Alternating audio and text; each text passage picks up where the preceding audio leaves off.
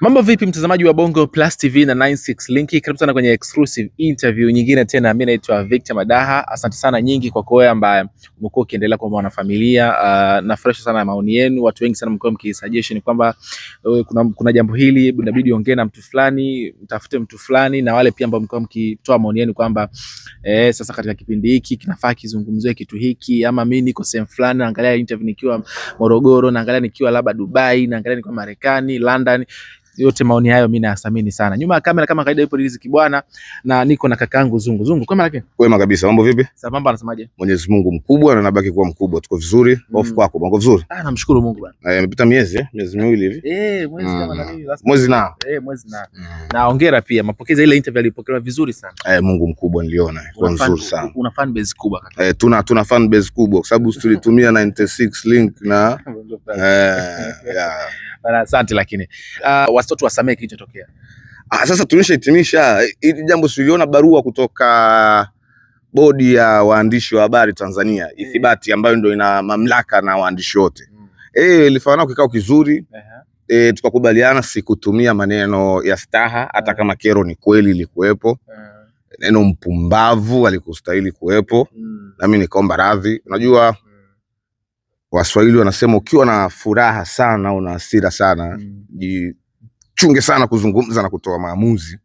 Sasa labda mimi nilizungumza nikiwa na hasira sana kulingana na michongo ambayo ilikuwa mbele.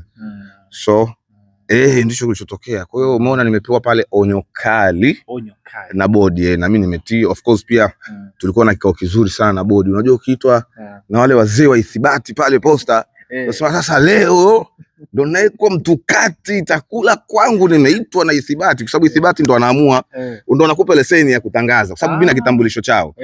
Kwa sheria za Tanzania ili uwe mwandishi unatambulika, hatuhitaji sasa hivi kitambulisho cha chombo chako, tunahitaji kitambulisho kutoka bodi ya ithibati. Hiyo hata kama kuna sehemu kuna tukio ukionyesha kile wewe ni mwandishi popote unaingia. Hicho mimi ndo ninachokitumia hapa mjini katika kazi zangu kwamba ni mwandishi wa habari, natambuliwa na baraza la habari. So kiito pale kwa sababu unajua kuna mawili, mtanyang'anywa itakuwaje, lakini ni kama nilikuwa darasani. Manipa somo zuri sana bana, mambo yanaenda hivi, tasnia yetu iko hivi na hivi. Na baada ya hapo kweli nikamwambia ni sahihi mlichoniambia, kwa sababu ukisoma journalism wanasema is the industry of knowledge, ni kiwanda cha maarifa. So nilipoenda kwa wazee walinipa maarifa, nikayapokea, nikamwambia basi muungwana kuvuliwa nguo chutama. Neno pumbavu pengine alikustahili yaishe. Kwa mradhi kwa wanahabari wenzangu na ithibati kwa ujumla, na kama ambavyo waliandika kwenye ile barua ya. So tuone kikao kizuri, nimejifunza, nimeenjoy. Tugeukie sasa haya mengine pia. Kwanza nikupe pole na mimi kiukweli, hata mwenyewe nilivyoona ule ujumbe nikasema Zungu amekuwa ni familia yetu sisi 96. Nikasema sasa endapo tutamkosa sasa nani atatupa madini haya? Kidogo ni swali ambalo hata mimi linaniumiza kichwa pia. Zungu, una t-shirt ya Traore? Imeandikwa Shujaa. Hii ikoje? Hii ni project yangu nilitoa. Nitoa t-shirt kama 30 za kumsupport Ibrahim Traore kwa kazi nzuri anayoifanya Burkina Faso na kuibrand Afrika duniani, kuonesha Afrika wako viongozi ambao wana msimamo, wako viongozi ambao wanaweza wakafanya mambo ya taifa kwanza alafu ndo mambo yao baadaye. So ukiangalia falsafa zake, jinsi ambavyo ameitoa Burkina Faso ilipokuwa kwa Blaise Compaoré mpaka hii ya sasa ya Ibrahim Traore, kila mtu atakuwa ni shahidi kwamba huyu ni shujaa wa Afrika. Umri wake pia ana hata miaka 40, ana miaka 30 na anafanya vizuri, lakini pia amenusurika majaribio mengi ya kuuawa. Wanaotaka kumuua hawataki kumuua Traore kwa sababu ni Traore mtu, hapana, kwa sababu wanaogopa falsafa zake zitazidi kuenea Afrika na Afrika itaamka na kujua ule ukuu wa Mwafrika ambao umekuwa ukifichwa siku zote na watu weupe. So kwa sasa huyu ni shujaa wa Afrika. Ndo rais kinara wa Afrika katika kupambana na ukoloni mambo leo. Kwa sababu sasa hivi tuna ukoloni mambo leo. Bado unajua kuna ukoloni, bado wanatukoloni washikaji. Lakini tofauti na ule wa zamani, huu tunauita ukoloni mambo leo. Anajitahidi sana kupambana nao. Kwa hiyo kwangu mimi nadhani ni rais wa mfano kabisa, Captain Ibrahim Traore. Niliona juzi wanasema amefuta vyama vingi nini. Nikaona baadhi ya wanaharakati wanataka kuruka naye, nikamwambia Kwa sasa wananchi wa Burkina Faso hawahitaji vyama vingi, wanahitaji maendeleo. Yani ukimfuata ukienda pale Wagadugu, ukimuuliza mwananchi wa Burkina Faso kati ya vyama vingi na maendeleo unahitaji nini, atasema maendeleo. Hawahitaji Burkina Faso vyama vingi, kwa sababu vyama vingi wamekuwa navyo miaka na miaka tangu wanatawala Blaise Compaoré. Nchi inanuka rushwa, hawafaidi na rasilimali zao kama madini. Burkina Faso ni moja ya nchi ambayo inazalisha mazao mengi sana, ipo vizuri kwenye kilimo pale Afrika Magharibi, lakini nchi ilikuwa ina njaa. Vyama vingi vipo na watu wanafanya uchaguzi. Kaja Traore, watu wanaanza kufaidika na madini yao. Tunaona hatua mbalimbali, makampuni ya viwanda yanajengwa, hatua kubwa za maendeleo. Alafu unataka tena vyama vingi. Na muunga mkono 100%. Burkina Faso kwa sasa inahitaji maendeleo makubwa na kujikwamua na wananchi wake waendelee kupata faida kuliko hichi kinachoitwa vyama vingi. Yes. Na pengine hasa pengine, lakini ile demokrasia lakini ni mfumo ambao ulikuwepo ndani ya taifa na umejengwa. Demokrasia ni nini? Demokrasia ni nini? Demokrasia ni nini? Na hiyo demokrasia wewe unaihubiri ni wakina nani walioianzisha? Unajua, kwa bahati mbaya sana ni kwamba hichi kinachoitwa demokrasia kimeanzishwa na wale ambao tunawaita ni kutoka magharibi.